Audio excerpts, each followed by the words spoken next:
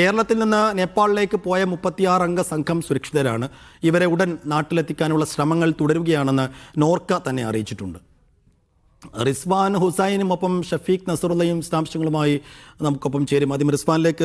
റിസ്വാൻ, ഇന്നലെ തന്നെ നോർക്കയും ഒപ്പം സംസ്ഥാന സർക്കാരും ഒക്കെ ഒരു ടോൾ ഫ്രീ നമ്പറൊക്കെ നൽകിക്കൊണ്ട് കേരളത്തിൻ്റെ വിവിധ ഭാഗങ്ങളിൽ നിന്ന് നേപ്പാളിലേക്ക് ടൂർ പോയ ആളുകളുടെ വിവരങ്ങൾ നൽകാനൊക്കെ ആവശ്യപ്പെട്ടിരുന്നു. അതനുസരിച്ച് എത്ര കണ്ട് വിവരങ്ങൾ നോർക്കയ്ക്കും സംസ്ഥാന സർക്കാരിനും ലഭിച്ചിട്ടുണ്ട്?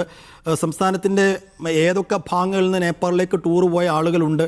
അതിൽ കൃത്യമായ കണക്കുകൾ കളക്ട് ചെയ്യാൻ സോഫാർ ഇതുവരെ സംസ്ഥാന സർക്കാർ നോർക്കക്ക് കഴിഞ്ഞിട്ടുണ്ടോ?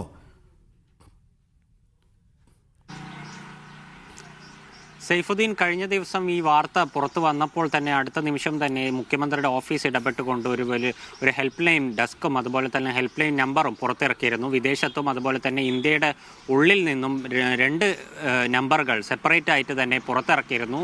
അതായത് ഈ നേപ്പാളിൽ നിന്ന് വിളിക്കാനും അതുപോലെ തന്നെ നേപ്പാളിൽ കിടക്കുന്നു എന്ന സംശയമുള്ള കുടുംബാംഗങ്ങൾക്കും വിളിക്കാനായി സെപ്പറേറ്റ് തന്നെ അല്ലെങ്കിൽ പ്രത്യേകമായുള്ളൊരു ഹെൽപ്പ് ലൈൻ നമ്പർ ഇതിനായി സജ്ജീകരിച്ചിട്ടുണ്ടായിരുന്നു. മറ്റൊന്ന്, നോർക്കയെ ഇതിനുള്ള സഹായങ്ങൾക്കും അതുപോലെ തന്നെ ഇതിൻ്റെ ഏകോപനങ്ങൾക്കുമുള്ള ചുമതല സംസ്ഥാന സർക്കാർ ഏൽപ്പിച്ചിരുന്നു.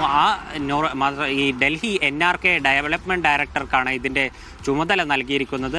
അത് ഡൽഹി കേന്ദ്രീകരിച്ചു കൂടി ഇപ്പോൾ ഈ സഹായം അതുപോലെ തന്നെ ഇതിൻ്റെ ഏകോപനമെല്ലാം ഇപ്പോൾ വ്യാപിപ്പിച്ചിട്ടുണ്ട്. സംസ്ഥാന സർക്കാരിൻ്റെയും നോർക്കയുടെയും ഔദ്യോഗിക കണക്കുകൾ പ്രകാരം 36 മലയാളികളാണ് നിലവിൽ അവിടെ കുടുങ്ങിക്കിടക്കുന്നത്. ഈ അപകട മേഖലയിൽ കുടുങ്ങിക്കിടക്കുന്നത് അവർ സുരക്ഷിതരാണ് എന്നുള്ളതാണ് നോർക്ക അധികൃതർ വ്യക്തമാക്കുന്നത്. ഇതിൽ മരണപ്പെട്ട ആളുകളുടെ ഇതിൽ ഔദ്യോഗികമായി മലയാളികൾ ഉണ്ടോ എന്നുള്ള കാര്യത്തിൽ ഇതുവരെ വ്യക്തത വന്നിട്ടില്ല. അവരുടെ വിവരവും ഇതുവരെ ലഭിച്ചിട്ടില്ല. നിലവിൽ എറണാകുളം ജില്ലയിൽ നിന്നാണ് ഏറ്റവും കൂടുതൽ പേർ അവിടെ ഉള്ളത്. കാസർഗോഡ്, തിരുവനന്തപുരം, തൃശ്ശൂർ തുടങ്ങിയ ജില്ലകളിൽ നിന്നുള്ള ആളുകളും അവിടെയുണ്ട് എന്നുള്ളതാണ്. പക്ഷേ ഏറ്റവും കൂടുതൽ അവിടെ മലയാളികൾ ഉള്ളത് എറണാകുളം ജില്ലയിൽ നിന്ന് പോയ സംഘത്തിൽ നിന്നുള്ളതാണ് എന്നുള്ളതാണ് നോർക്കയിൽ നിന്ന് ലഭിക്കുന്ന വിവരം.